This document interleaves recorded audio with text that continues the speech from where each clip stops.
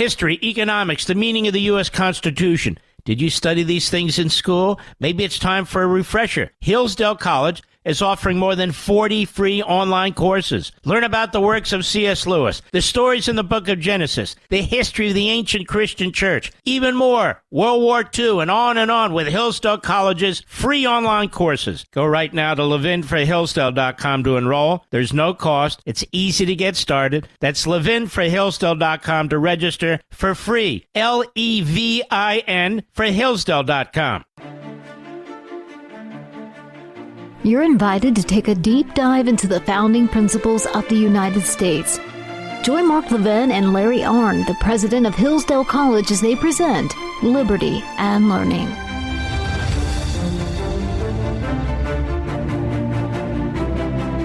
Hello, America. I'm Mark Levin, and we're here with the president of the great Hillsdale College, Dr. Larry Arnn. Dr. Arnn, how are you?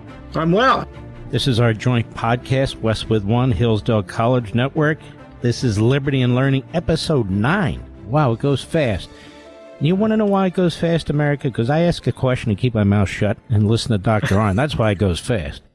And by the way, if you want to learn a lot more about Hillsdale, and you really should, go to hillsdale.edu. Hillsdale.edu. They've got all kinds of good stuff there. They've got free courses there. They've got, really, it's like America's college, if you want to know the truth. And today I'm very excited to talk about the Declaration. We're going to go through the Declaration, why the wording in the Declaration matters, where the wording comes from, sort of where we left off on episode 8. And then we're going to get into also those who oppose it. You know, the early progressives. I refuse to call them that anymore. I call them American Marxists, but that's what they are. They so-called early progressives, self-identified. And what it is that they hate about the Declaration and why. And no better person than Dr. Larry Arnn. And Dr. Arnn, let's get started. This Declaration of Independence, right at the beginning, when the course of human events, why do they feel there's a need to open up this document when in the course of human events, you know, basically they're saying, we feel an obligation to tell the whole world what we're up to? The first thing of its kind in human history, and still the most beautiful thing of its kind, and partly it's the product of a situation. The situation is they are subjects of the strongest monarch in the world, and they've decided not to be that anymore. And so they need to appeal to something that's high enough to justify what they're going to do. And it turns out what they pick is something universal and eternal. It begins in the most general way possible, and it ends up in the most particular way possible. And the Declaration is a movement that connects those two things, something universal with something immediate and particular and actually lethal.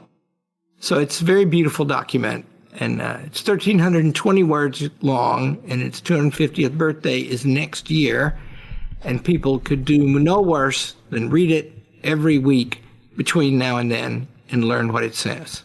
So here's the beginning. When in the course of human events it becomes necessary for one people to dissolve the political bands which have connected them with another, to assume among the powers of the earth the separate and equal station in which the laws of nature and nature's God entitle them a decent respect to the opinions of mankind, requires that they should declare the causes which impel them to the separation. That is one powerful, long sentence. It's got a lot in there. And so they decide they need to make it public for the reasons you said. But right up front, they're talking about the laws of nature and nature's God. We talked last time about where they got these ideas from. It's one thing to get the ideas, it's another to embrace them. And they embrace them. I mean, everybody at that convention embraced them. What do you make at that Congress? Embrace them. What do you make of that? Well, they know the stakes. There's one of the founders from Philadelphia, the story goes, is talking to his wife the night before and says, we're going to vote independence tomorrow. And she said, yes. And he said, I'm going to sign the document. And she said, yes. And he said, we live near the sea, and the British are going to take our farm. And she's supposed to have replied, find us somewhere to go. Because at the time, there was a warrant out for the arrest of these people. And that warrant was given not to a policeman, but to a general. And the plan, it's one of the causes of action in the middle of the Declaration, the plan was to remove them to England not to be tried before a jury of their peers, but to be tried in England. And so they understood the stakes very much. And that makes it remarkable that they begin so universally and eternally, when in the course of human events means any time in human history. And one people means any people. And that means we're going to talk about the progressives and their rejection of all this. But if they're right, their basic claim is that these principles are not true anymore. But if you just look at the way they're stated, if they're not true now, they were not true then. And if they were true then, they are true now. And they don't leave any room for maneuver about that. Natural law, natural rights. Again, let's remind people what that means and what's the difference between the two, if there is a difference. Well, you wrote a great book, and you go through a lot of this. I just want people to know this. And it really is a seminal book. It didn't get the attention it deserves. It deserves a lot of attention. And I could see you worked very, very hard on that book. So let's hit this and then tell people a little bit about the book, because it's very important. I wrote the book because I love the Declaration of Independence, and because there's an argument that the Declaration of Independence and the Constitution are at odds. Some of the progressives made this argument. Some of the Confederates earlier made this argument.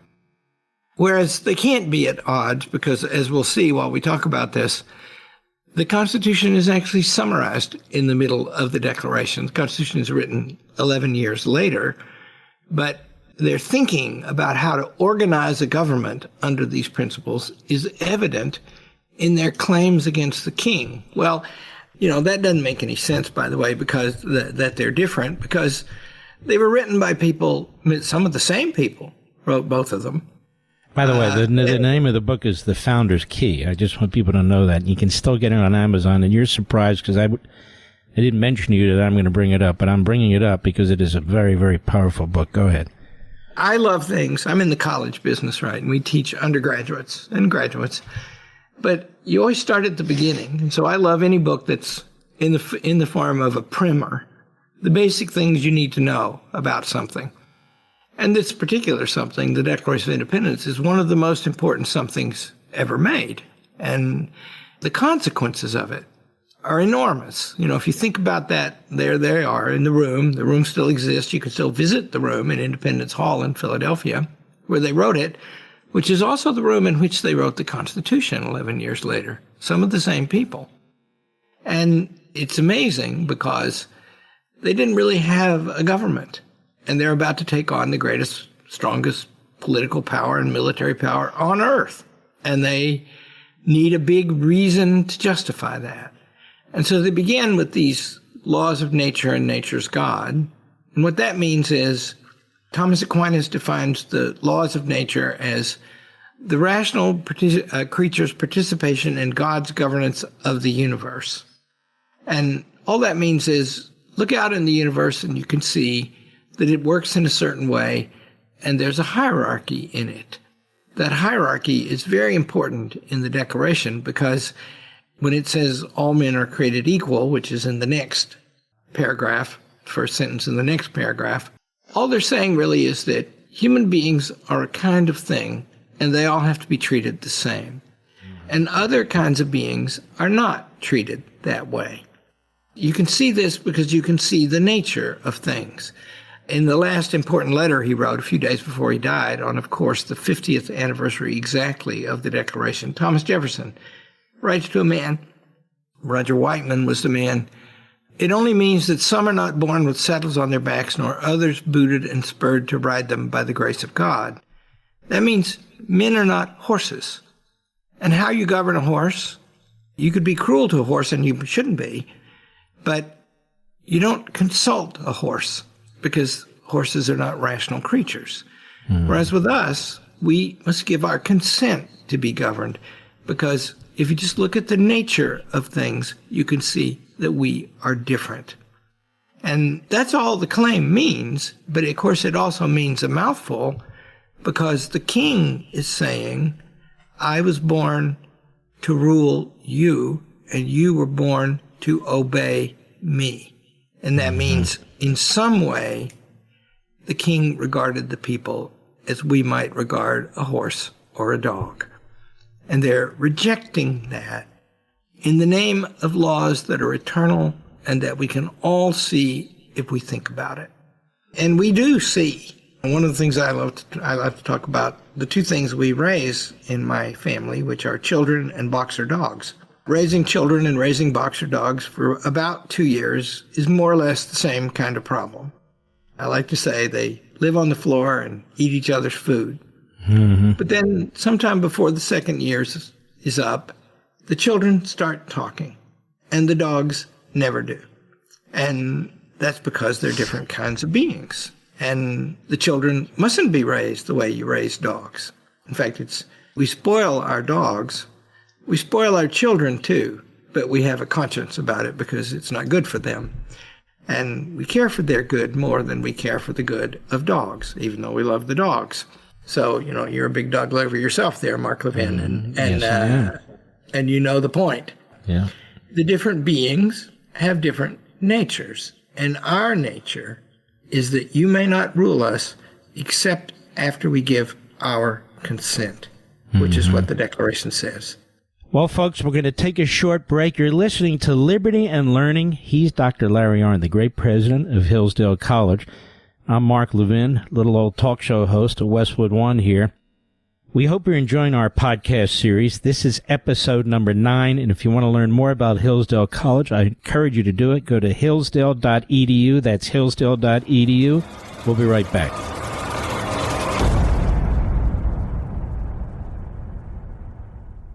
History, economics, the great works of literature, the meaning of the U.S. Constitution. Did you study these things in school? Probably not. Or even if you did, maybe it's time for a refresher. Hillsdale College is offering more than 40 free online courses. Learn about the works of C.S. Lewis, the stories in the book of Genesis, or the history of the ancient Christian church with Hillsdale College's free online courses. I'm personally enjoying Hillsdale's course, The Second World Wars, taught by Victor Davis Hanson and Hillsdale's president, Larry P. Arnn. Doesn't get any better than that. This free 7-lecture course will give you a clear picture of why the war was fought, how the Allied powers ultimately triumphed in order to save the West from a new form of tyranny. The course is self-paced, so you can start whenever you want. Go right now to levinforhillsdale.com to enroll. That's Levin for Hillsdale.com. No cost. It's easy to get started. That's levinforhillsdale.com to register for free. Levin for Hillsdale.com.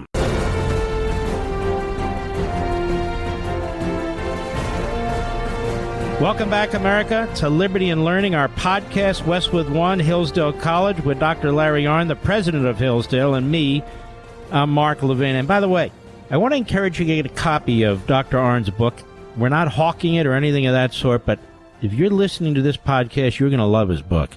It's called The Founder's Key, the Divine and Natural Connection Between the Declaration and the Constitution, and What We Risk by Losing It. And he's 100% right. I see it right now. I mean, I think you can get it for less than $5, but that's not the point. If you're interested in what we're talking about, going deeply into the Declaration, into the Constitution, into Western civilization, into the Renaissance, the Reformation, all these different things, you're going to love this book. Now, there's a sentence here that to secure these rights, governments are instituted among men, deriving their just powers from the consent of the governed, that whatever any form of government becomes destructive, and it goes on. Is that what you're talking about? An explicit link to what would come, the Constitution? That's right. A suggestion of that. The first thing, because consent of the governed, if you translate that into constitutional terms, it means representation. Mm-hmm. It means that the people who rule us are our representatives, and we get to pick them. And if we don't like what they do, we can pick others. So that's the first step in constitutionalism. It's not just that I must give my consent for you to rule me. In addition, there must be some ongoing practical way for that consent to be sustained. And that's why you get representative institutions. That's the first suggestion of it. But it becomes very explicit. So the Declaration of Independence is in 3 broad sections. The first section begins simply universally. And it's the famous words, right? I suggest everybody should memorize the first 2 paragraphs of the Declaration of Independence. It's not really organized in paragraphs, but the style is to present it that way. And that ends with the first paragraph, it begins with the eternal history, all people, laws of nature, nature's God. And then the second thing is they apply the law of nature to people when they say we hold these truths to be self-evident, all created equal, cannot be governed except by our consent, that our rights are life, liberty, and the pursuit of happiness. Those are all universal, applying to all men as regards law and politics. Then it says you have a right of revolution, because if you have this right and somebody takes it away, and they prove that they're doing that over time, because you don't do that lightly. The Declaration of Independence, the conflicts that led to the Declaration of Independence began in 1763, and the Declaration of Independence is 13 years later. And so they had 13 years of debate and discussion and deliberation and gaining of knowledge that produced this document. And, it takes, they say, a long train of abuses. Mm-hmm. That's the second paragraph, right? And then it says, to prove this long train of abuses, let facts be submitted to a candid world. In other words, we're reasoning with you. Now we're going to give you our reasons. And it's in the middle section of the Declaration of Independence that you see an outline of what a constitution has to be like. Because it's kind of like a photographic negative or looking in a mirror. It's all put in negative terms. These are the bad things the king has done. But of course that means that whenever anybody does it, they're bad. They must not be done. And what has he done? The first is he refused his assent to laws, the most wholesome and necessary for the public good. We have to have laws, right? The first three are about refusal of laws. And that means, we got to have laws made by our representatives with our consent, and he's messed with that. The next one is the first one that involves separation of powers. He has dissolved representative houses and stopped them from passing laws. That is to say, he's interfered with representation, which is the expression of consent of the governed. Can't do that. And then he's the executive branch. He appoints the governor generals in the colonies at that time. But he's messing with the legislature. Now, it's good to stop here and say, because we've got onto separation of powers, that God comes up 4 times in the Declaration of Independence. It's actually a cosmic document in this sense as well, because God is named first as the maker of the laws of nature and nature's God. That's the legislative branch. The second time, he's named as a creator. That's like a founder of a community, of everything, right? The third time, he comes up as divine providence. That's the executive branch. Mm-hmm. And the fourth time, he comes up as the supreme judge of the world. It's the judicial branch. And because we're talking about separation of powers and the king having invaded them, and there's several claims of that in the middle of the Declaration of Independence, the message here is that only in the hands of God would one place all the powers of government. For people, they cannot hold all those powers because they're not angels, as Madison writes famously in the 51st Federalist. So when they say all men are created equal, that's actually another way of saying the king is not God, and yet he is arrogating unto himself powers that you would only trust in the hands of God. And the first one he names that's such a breach is he's messed with the legislatures that we have elected. He's made it hard for them to get together and meet. He has obstructed the laws that they pass. And so he's acting like he's both the executive and the legislative branch.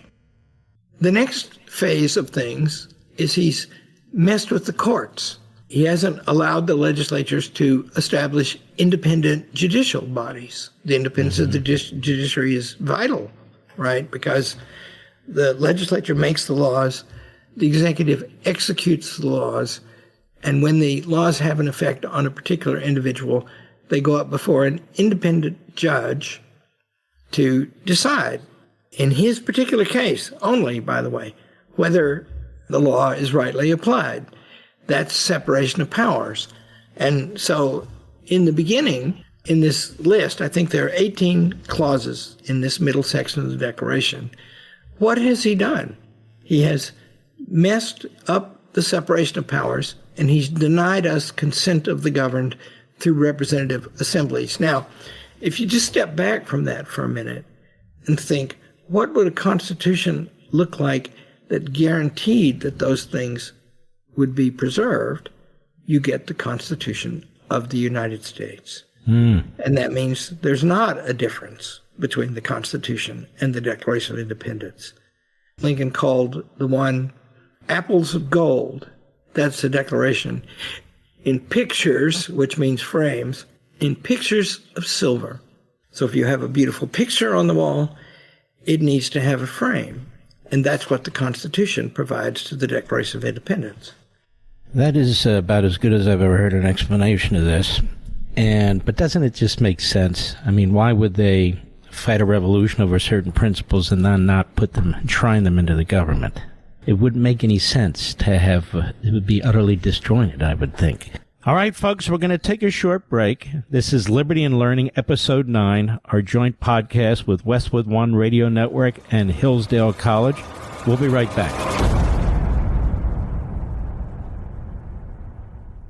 History, economics, the great works of literature, the meaning of the U.S. Constitution. Did you study these things in school? Probably not. Or even if you did, maybe it's time for a refresher. Hillsdale College is offering more than 40 free online courses. Learn about the works of C.S. Lewis, the stories in the book of Genesis, or the history of the ancient Christian church with Hillsdale College's free online courses. I'm personally enjoying Hillsdale's course, The Second World Wars, taught by Victor Davis Hanson and Hillsdale's president, Larry P. Arnn. Doesn't get any better than that. This free 7-lecture course will give you a clear picture of why the war was fought, how the Allied powers ultimately triumphed in order to save the West from a new form of tyranny. The course is self-paced, so you can start whenever you want. Go right now to levinforhillsdale.com to enroll. That's Levin for Hillsdale.com. No cost. It's easy to get started. That's levinforhillsdale.com to register for free. Levin for Hillsdale.com. Welcome back, America. We're here with Dr. Larry Arnn, the president of Hillsdale College. I'm Mark Levin. This is our podcast, Liberty and Learning, episode number 9. Check out Hillsdale at hillsdale.edu. You're going to love their site. My next question to you is this. There are people who are very hostile to this, to the whole notion of the Declaration. One of them, of course, as you well know, is Woodrow Wilson, and he would give speeches. He would actually give speeches on July 4th at Independence Hall, trashing the document, basically. The progressives, or what I'll call the modern American Marxists, they have to, don't they? They have to reject the Declaration and the Constitution because what they seek is this authoritarian, centralized government, which neither the Declaration nor the Constitution gives any support for, correct? That's right. And I think there's a larger motive why they seek that. What they think is we live in a new age, and we've come to understand that history changes everything.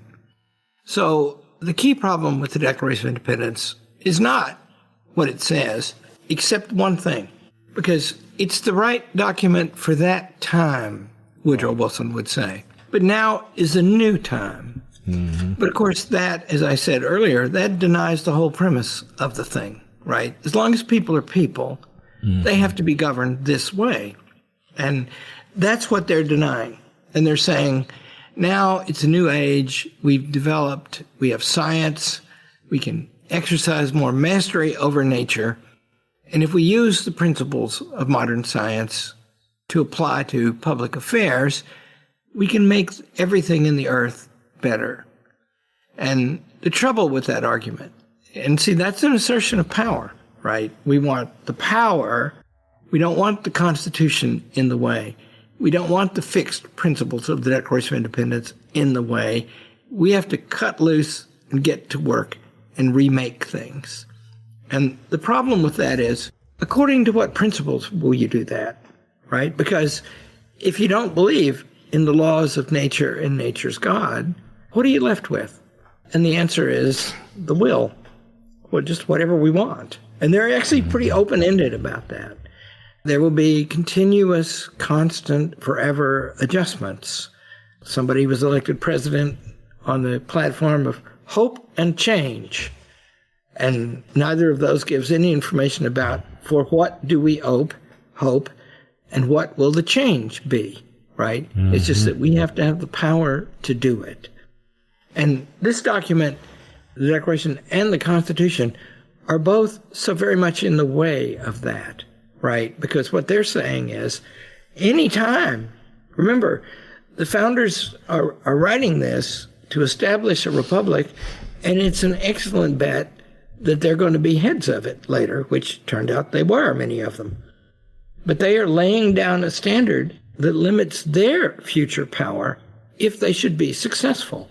And so that's the point. The point is, once you say, I will tell you, in the management of a college, I believe that the key to it is that everybody is a volunteer. I get my authority from the mission of the college and from the people who work and study here.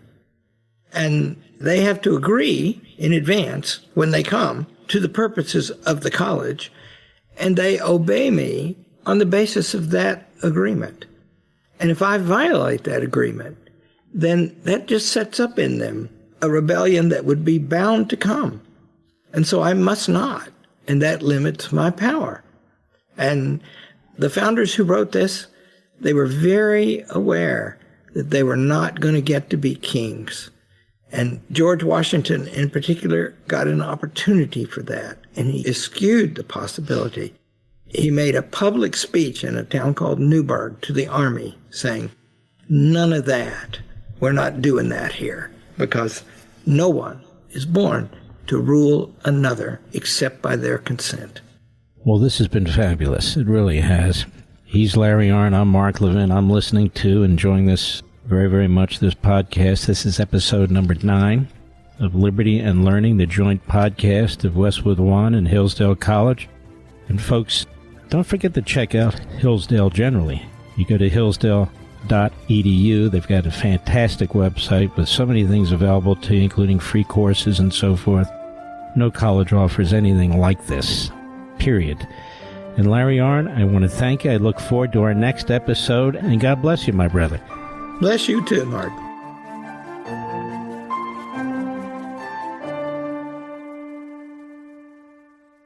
History, economics, the great works of literature, the meaning of the U.S. Constitution. Did you study these things in school? Probably not. Or even if you did, maybe it's time for a refresher. Hillsdale College is offering more than 40 free online courses. Learn about the works of C.S. Lewis, the stories in the book of Genesis, or the history of the ancient Christian church with Hillsdale College's free online courses. I'm personally enjoying Hillsdale's course, The Second World Wars, taught by Victor Davis Hanson and Hillsdale's president, Larry P. Arnn. Doesn't get any better than that. This free 7-lecture course will give you a clear picture of why the war was fought, how the Allied powers ultimately triumphed in order to save the West from a new form of tyranny. The course is self-paced, so you can start whenever you want. Go right now to levinforhillsdale.com to enroll. That's Levin for Hillsdale.com. No cost. It's easy to get started. That's levinforhillsdale.com to register for free. Levin for Hillsdale.com.